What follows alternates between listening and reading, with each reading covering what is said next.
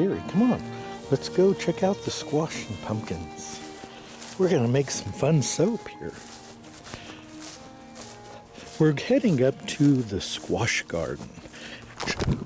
And I may have to turn off the sound because there is someone mowing nearby, and trying to talk over that's not going to be fun. He's got it off at the moment, but if he starts it up again, it's going to get awfully noisy. All right.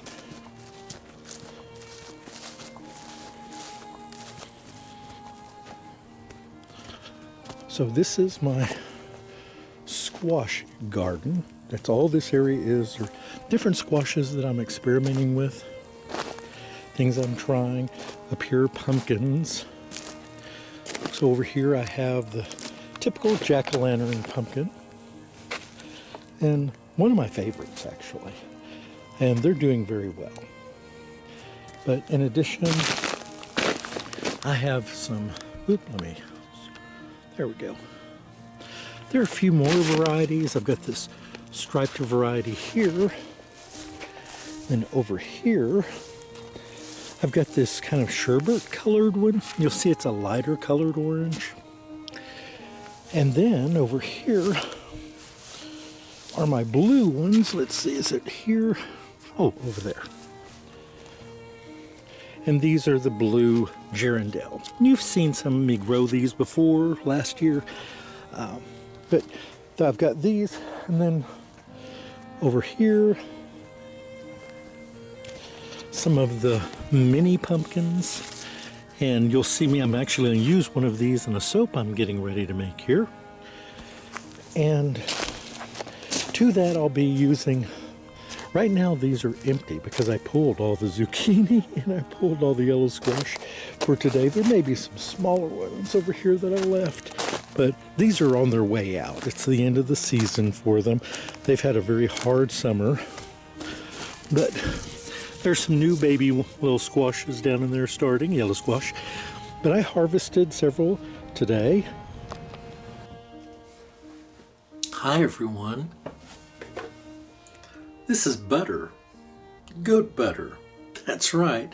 This is some butter that's been made from my very own goat's milk. But what am I doing with this butter? Well, the truth is I'm going to burn it. That's right. It's that time of the year again. I'm going to be making my fall pumpkin and squash soap. I love making this stuff. And one thing I haven't shared with you before is how I get that buttery goodness out of the soap, that scent that it has. And this is how, with my own fresh butter. Now, you could take any butter, store-bought butter, and do exactly what I'm doing. And what I'm doing right now is just melting it, but then I'm going to get it a little hot where it just starts to turn brown. Then add it in sort of as the super fat at the end of my soap, which will give it that delicious scent.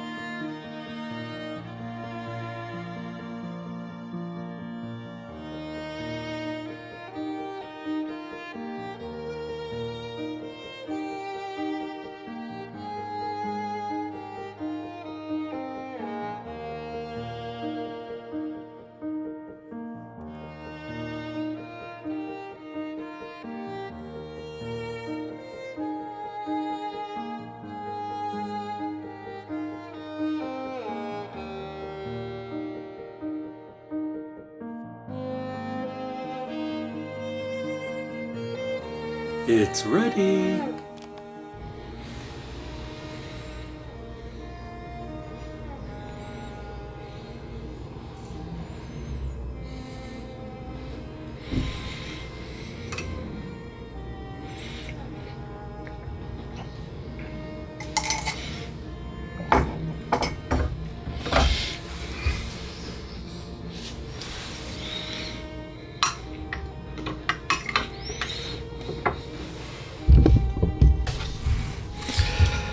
right, so I've got some of my garden summer squash here. This is just a yellow squash that's been left on the vine a little long, so it's gone kind of bumpy. But perfect for soaping. So all I'm going to do, because I'm going to puree this, I'm not doing much, but actually just going to cut it up into the water. Because, well, I will seed. I think I will go ahead and seed this one since it's gone a little long. But if they're young, like not left on the vine too long, like the zucchini, you can just leave the seeds because see there's plenty of liquid and other stuff there so that it'll keep fine. Like I said, I left this one on the vine too long. It's almost becoming like a gourd. So I will remove those seeds. And these aren't going to be for eating, so I'm not taking much care in how thick or thin they are.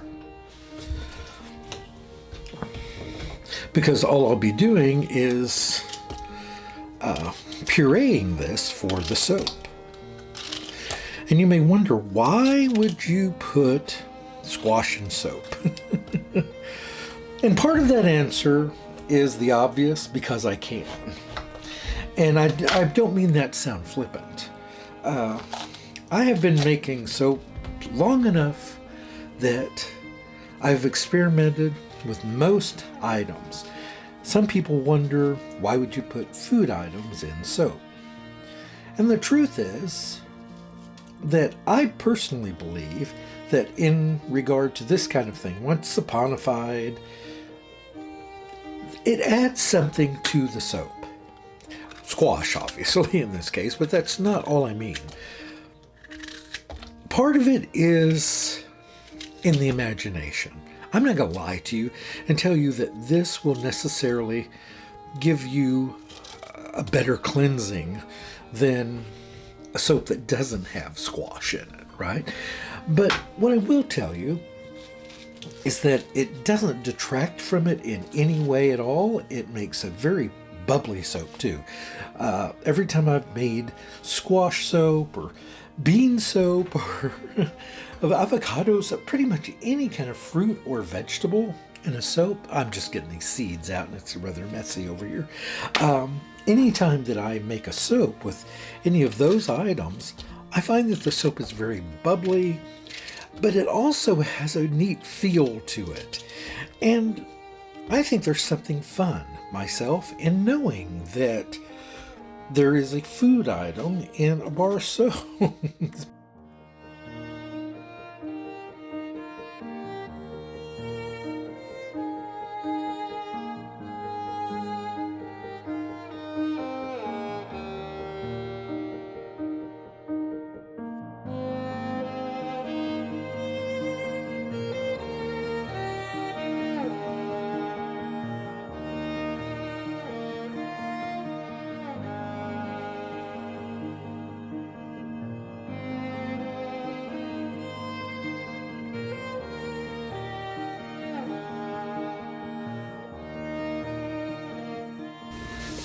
All right, so we're about ready here. I've got everything ready to put together now. And this one is really exciting for me. I always love putting this together. I'm not sure what it is about it, but it just is so much fun. And I like the fragrance that it adds.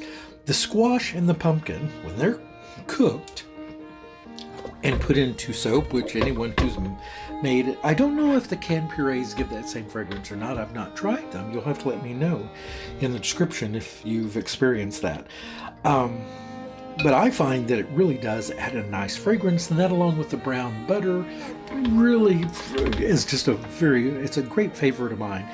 No essential oils need to be added, no artificial fragrances. It's just the natural, the butter and the squash gives it just sort of that fall kind of perfection that I love. So I'm going to start by going ahead and adding in my puree and just get it blended in.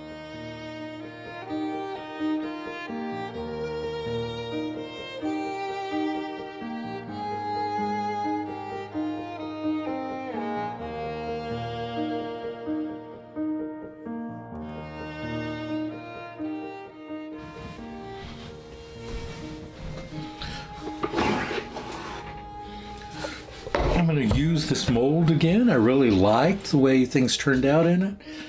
And other people that I know use it. My friend Renee, I believe, has the same mold at Soaps for Love. A few other people, perhaps.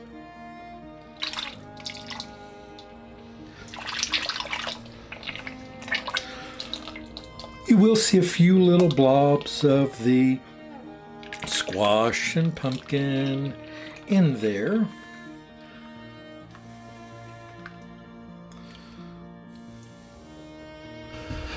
So you may remember me saying how hot this had got. Well, it got so hot that it actually did a little volcanoing that I wasn't expecting. So there's soap kind of everywhere. Well, not everywhere. Some of it overflowed here, like this. And some actually over on the rose mold where I had poured some of the overflow. These didn't overheat, of course. They weren't insulated like I did with this. And so we got this. So I'm not sure exactly what we're going to end up with. I've never had a volcano. Never. In over 50 years of making soap, I've never had a volcano. Now I'm going to tell you that I put more food in this than I normally do, more of the squash. I did. I put a higher concentration of that in it. And I didn't think that would be an issue. But obviously, that had some impact on the heat transfer, because it got really toasty. So here, I'm just going to lay that down and slide this off. Let's see how the bottom looks. Okay, we're okay.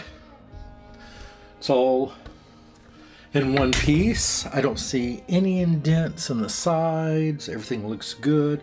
I may have banged it a little there. So I'm going to let this sit out at room temperature for a few hours. All right.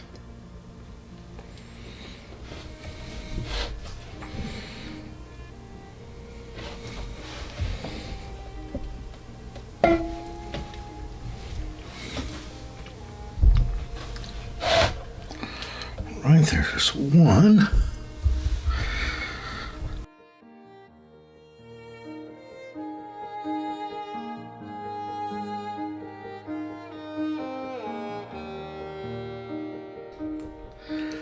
And there they are. They're very pure and simple. There is not much going on with these. They have just this nice natural color, but the fragrance, I think you'll love. I do. And my customers have always seemed to really enjoy these. You know, I do think I'll go back and clean up the tops, though. I'm not a fan of how that bubbling up marked the top. These are going to have some little spots in them like that. And that is the little pieces of squash that they won't mold, they won't go bad. The high pH of the soap will just turn them brown. As with carrots and all those other wonderful botanicals that we use in soaps. Anything larger than that, yeah, you really don't want any giant pieces of anything. But I'm very happy with them. They smell tremendous. These are not showy soaps, but I promise you I have one coming really soon, actually. I think it's going to be a lot of fun. Maybe not showy, but a fun bar of soap to look at. And I'm already getting in the spirit of Halloween soaps. This is my first, I suppose, real entry into my fall stuff, because I always like to add the pumpkin and squash soaps this time of the year. This will cure by mid-October and be perfect for this time of the year, I think. But in addition, I'm wanting to do some Halloween soaps, and I've got one already in the works I hope you're going to enjoy. Sometimes it's fun to just be silly. I love being silly. Don't always get the opportunity to be as silly as I want to be, but I try to take the opportunity when it arises. And Halloween is one of those times when you can be like a child again, or I certainly can. So I need to go ahead and get all of these cut. And on the cure rack, I, of course, will do a lot of cleanup on these. I'm going to clean up the tops, I think, on most of them. If not all of them, I'm going to do my beveling. And, of course, the... I'm not sure how much I'll actually take off the top. I don't know. I rather like the look on some of them. I think it fits the rustic concept a bit. But you can see that's where it bubbled up a bit. But not bad. Boy, have I seen volcanoes where most of the soap came out and it was a real disaster. This did not happen. The bars of soap are great. There are no hollow spots, which can be a real disaster in some soaps where you have big empty pockets. We don't have any of that. These are nice solid bars of soap. And they smell like fall. And I just decided on these, because there is no added fragrance other than the butter and the squash that's in it. Oh, and okay, there's an ingredient I forgot to mention early on, and it's part of the reason why it got so hot. I added maple syrup. I had some organic maple syrup from Vermont that someone sent me, and as much as I love maple syrup, I really can't eat much of that kind of stuff anymore, but I can soap with it. Excuse me. So that added to the fragrance, but also caused it to really heat up the way it did. I guess I don't need to show these bars to you. You know what they all look like. But I hope you've enjoyed this, everyone. It was so much fun for me to do. If ever you have a suggestion or request of a type of soap that you'd like to either have me make for you or just make on the channel for fun, let me know. You can send me an email to soapyoaksfarm@gmail.com, or you can leave it here in the channel comments and I'll try to catch it there. But email is better for that kind of thing. If you just make the subject soap suggestion or soap idea, or just where I get a general idea of what it is that you're looking for, I'll do everything I can to make that come true. I love, almost more than anything, doing custom stuff. And making custom stuff, I don't mean you have to buy anything. That's nice when people do. It helps me to make more stuff too. But if you just have excuse me, I apologize. I've had this, the winds. I don't know if you've seen the news here in East Texas or Northeast Texas, but we've had a lot of wind and some rough weather recently, and it has stirred up dust and pollen, and, well, not as much pollen this time of the year, but mostly dust. And it is just everywhere, and it's... when I go outside to work with the animals or anything, it's kind of a miserable. And I'm sure that some of you are dealing very much with the same thing where you are, and you have my sympathies. It's not fun, is it? But I hope you all have a terrific day. As always, thank you, for being a part of this channel, and for helping me to have the time of my life, because this is very enjoyable for me. Thank you so much. Have a great day, everyone, and I'll see you back soon.